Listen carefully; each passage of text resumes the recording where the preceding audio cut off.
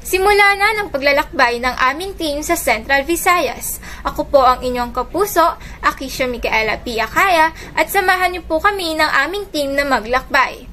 Ito ang paglalakbay na puno ng kaalaman na tiyak na papasabi kayo ng EGMA na yan. Tara na mga kapuso, tara na't kilalanin ang puso ng Visayas, ang Central Visayas o Region 7. Central Visayas, kinatatampukan ng 4 na probinsya, Bohol, Cebu, Negros Oriental at Siquijor, kasama ang 3 highly urbanized cities at ang bida ng rehiyon, walang iba kundi ang City of Cebu. Imagine mo mga kapuso, ito'y parang sentro ng kakaibang kwento at kultura sa gitna ng mga islang puno ng ganda. Kaya tara na at samahan nyo kami sa paglalakbay sa gitna ng puso ng Central Visayas. Ang Central Visayas ay napapaligiran pakanan mula sa hilaga ng Visayan Sea, Camotes Sea, Canigao Channel, Bohol Sea, Dipolog Strait, Sulu Sea, Western Visayas at Tañon Strait. The summary data of the Central Visayas region. It is a type of region that located in the island group of Visayas. It has 4 provinces, 16 cities, and 116 municipalities, and 3,003 barangays.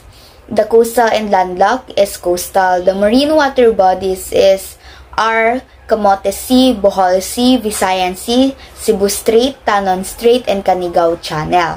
The population as of 2020 are 8,801,988.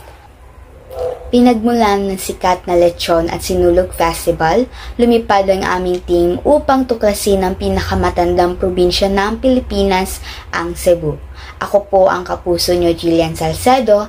Halina't tunghayan ang ganda ng Cebu. Cebu, a province in the Philippines, is located in the Central Visayas region. It is the oldest city in the Philippines and a gateway to the Thousand Journeys. Cebu is a tropical island. It has narrow coastlines, limestone plateaus, and coastal plains. By and large, the said province has rolling hills and rugged mountain ranges traversing the northern and southern lengths of the island. Cebu is a province of the Philippines in the country's Central Visayas region, comprising Cebu Island and more than 150 smaller surrounding island and islets. Its prosperous port capital, Cebu City, retains landmarks from its 16th century Spanish colonial past. Malapit na ang Valentine's mga kapuso. Sawa ka na ba sa chocolates na binibigay sa'yo ng ka-situationship mo?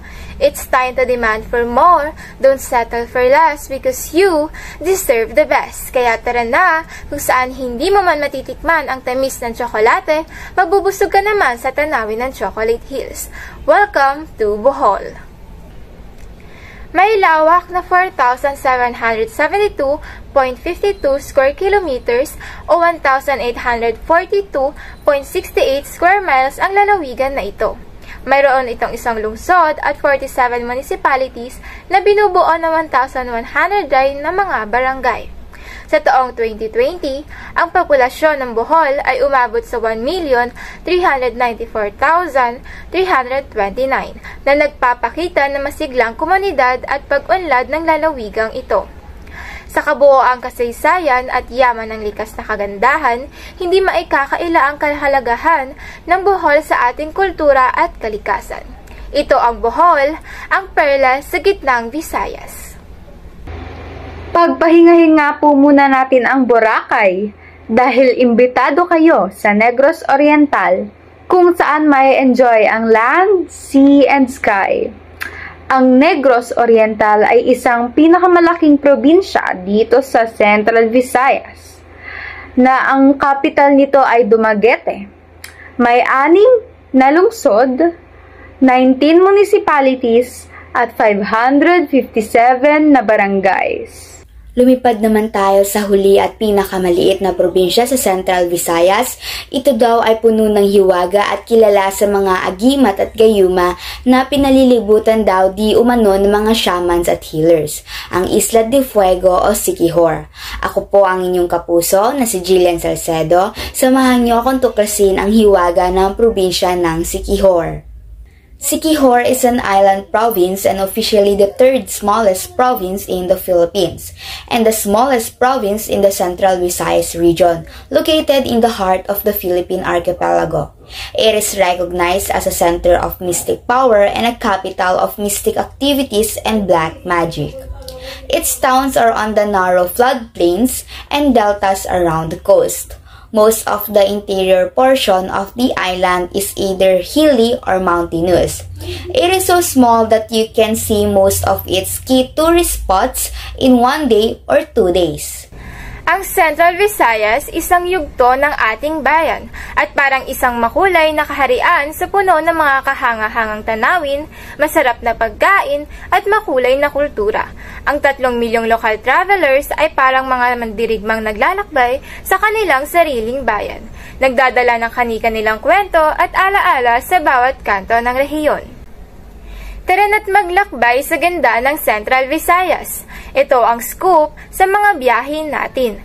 Una, para sa mga jet setter, Mactan, Cebu na mayroong 3 hours at 46 minutes na eroplano mula Manila. Pero, meron din tayo para sa ating mga adventure seekers, bus at ferry naman ang drama. Ang tagal nga lang dahil mayroon kang 28 hours at 15 minutes mula Manila papuntang Cebu. Meron din sa Dumaguete, ito ay saglit lamang, 1 oras at 32 minutes na eroplano mula Maynila. The most exciting part of this report are the notable attractions of the Central Visayas. First on the list is the Chocolate Hills in Bohol. The Chocolate Hills are geological formation in the Philippines' Bohol province. There are at least 1,260 hills, but there could be up to 1,776 hills spread across more than 50 square kilometers.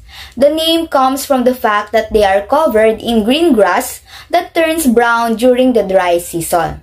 The hills are one of the main tourist attractions in Bohol province and as such being declared the Philippines' 3rd National Geological Monument. They have also been included in the UNESCO World Heritage List. Second on the list is the Mount Canlaon in Negros Oriental.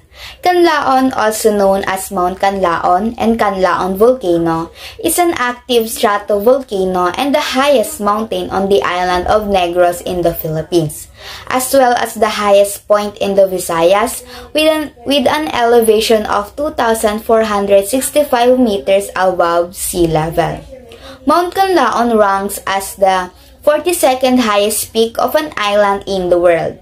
This makes it popular among mountain climbers and hikers. The fact that it is an active volcano adds a certain kind of thrill. It has 2 summit cones, each with a crater. Canlaon has 19 historic eruptions between 1866 and 1993. The eruptions are small to moderate in size and explosive. Our last notable attraction is the Minor Basilica of the Holy Child of Cebu, or most commonly known as Basilica del Santo Niño. Basilica Minor del Santo Niño de Cebu, the home of the original and oldest religious relic in the Philippines in honor to the Holy Child Jesus.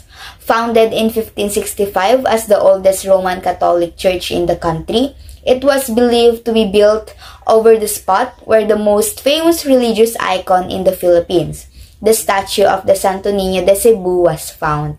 This image of the child Jesus dates to Magellan's time and now the centerpiece of Sinulog Festival, the Cebu's largest annual event.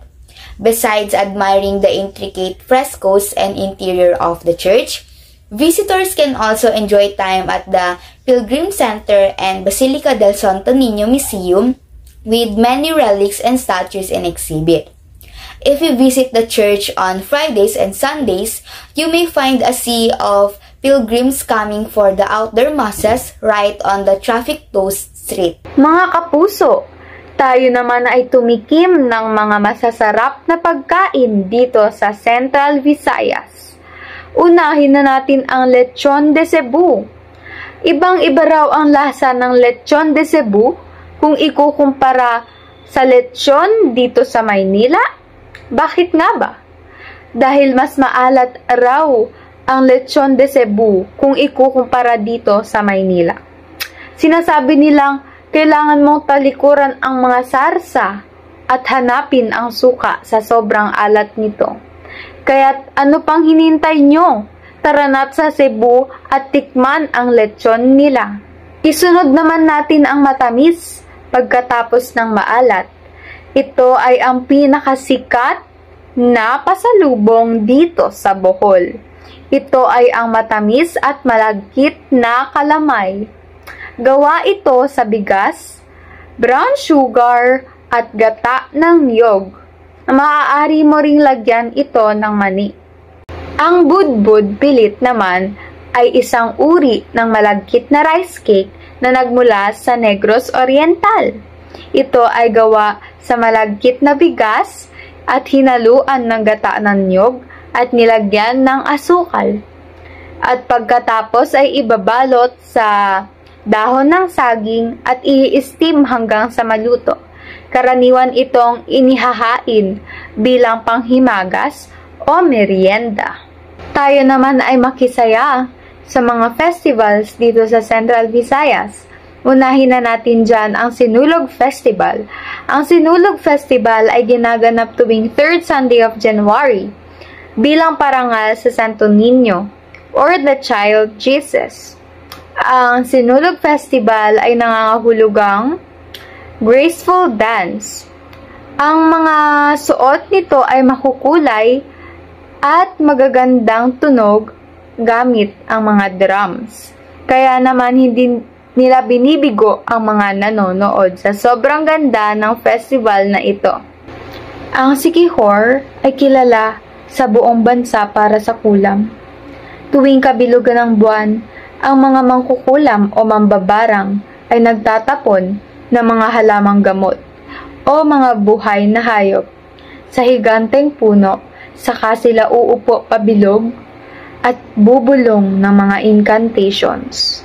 Ang Buglasan Festival sa Negros Oriental or kilala bilang The Festivals of Festival dahil ito ay ang pinakainaantay ng mga taga-Dumaguete na festival at pinagdiriwang ito sa gitna ng Oktubre. The Tourism Promotion Project.